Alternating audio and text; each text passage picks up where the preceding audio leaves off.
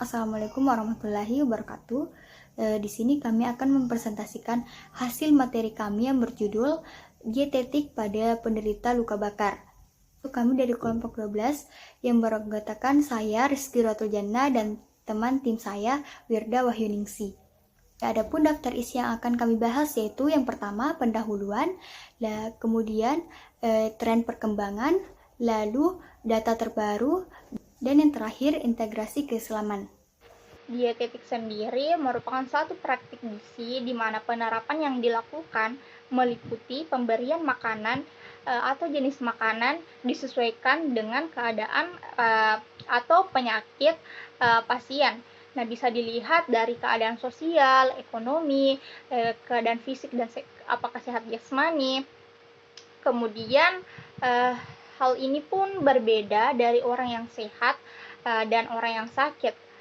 Lalu pada luka bakar sendiri merupakan suatu kecelakaan. Pasien luka bakar sendiri biasanya mereka terkena luka bakar diakibatkan oleh terkena suhu yang sangat tinggi atau terkena bahan kimia, di mana pemberian nutrisi ini perlu dilakukan secara efektif agar proses pemulihan pasien bisa sangat optimal.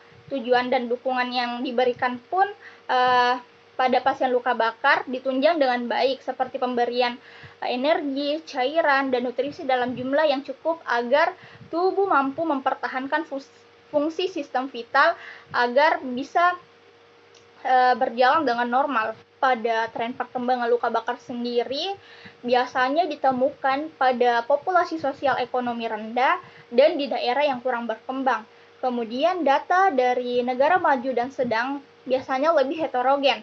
Kemudian angka kematian rata-rata antara negara maju dan rendah berbeda dengan 3 faktor.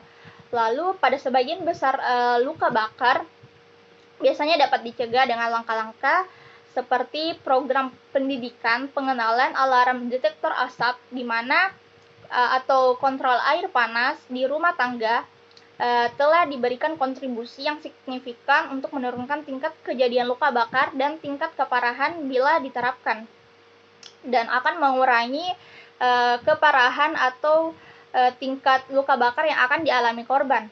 Mungkin itu saja materi yang dapat saya sampaikan. Untuk materi selanjutnya itu data terbaru dan integrasi keislaman akan dilanjutkan oleh saudari Rizky Raudatul Jannah.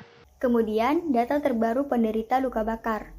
Diketahui bahwa lebih dari 6 juta orang terkena luka bakar setiap tahunnya di seluruh dunia. Luka bakar ini paling sering melibatkan ekstremitas atas dan ekstremitas bawah. Luka bakar ini sering disebabkan oleh kecelakaan atau kelalaian. Sekitar 80% luka bakar timbul dari kesalahan individu dan 70%-nya terjadi di dalam rumah. Terdapat data yang menunjukkan bahwa 19% kasus luka bakar terjadi pada anak di bawah usia 5 tahun. Selain itu, dilaporkan juga bahwa 12% kasus luka bakar terjadi pada orang yang berusia di atas 60 tahun. Sedangkan data luka bakar yang ada di Indonesia ini masih dibilang terbatas. Kementerian Kesehatan Republik Indonesia menyebutkan bahwa terdapat 303 pasien yang menjalani perawatan luka bakar di Rumah Sakit Cipto Mangkusumo antara tahun 2011 sampai 2012. Selanjutnya yaitu integritas Islam. Luka bakar dapat mengakibatkan masalah yang kompleks yang dapat meluas melebihi kerusakan fisik yang terlihat pada jaringan yang terluka secara langsung. Masalah kompleks ini mempengaruhi semua sistem tubuh dan beberapa keadaan yang mengancam kehidupan kita. Oleh karena itu, untuk menghindari penyakit tersebut, maka cara yang efektif adalah dengan mengikuti pola makan yang telah dicontohkan oleh Rasulullah SAW yang disebutkan di dalam hadis, yaitu kalau seorang manusia memenuhi satu wadah yang lebih berbahaya dibandingkan perutnya itu sendiri. Sebenarnya seorang manusia itu cukup dengan beberapa suap makanan yang bisa menegakkan tulang punggungnya.